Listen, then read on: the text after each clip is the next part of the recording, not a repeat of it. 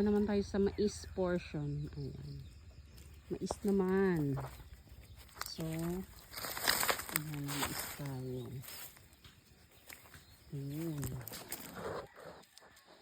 Ito, medyo alam ko kung paano proseso ng mais. Ayan, ano si Doggy, oh. Ayan. Ito yung mga okra dito sa gilid.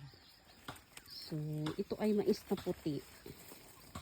Sa amin kasi ang tanim dun ay mais na yellow. Ang lalaki. Sa dito, pag mais na puti, ayan na siya. Ayan natin.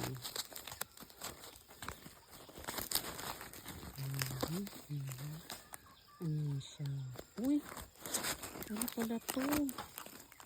Malagkit. Malagkit pala to. Parang malagkit siya. Sa amin, pag nag-harvest, binabalatan na kaagad yan. May dala kami pang tuksi. Pero dito, hindi ko alam kung paano nila ginagawa. Parang ganito iniipon nila. Tapos, sa kanila, babalatan. Tingnan natin kung ako curious ako sa laman niya. Tingnan natin. Lang.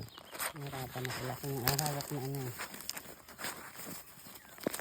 Ang video eh. Ayan eh. Akong tripod. Ganyan ang laman niya.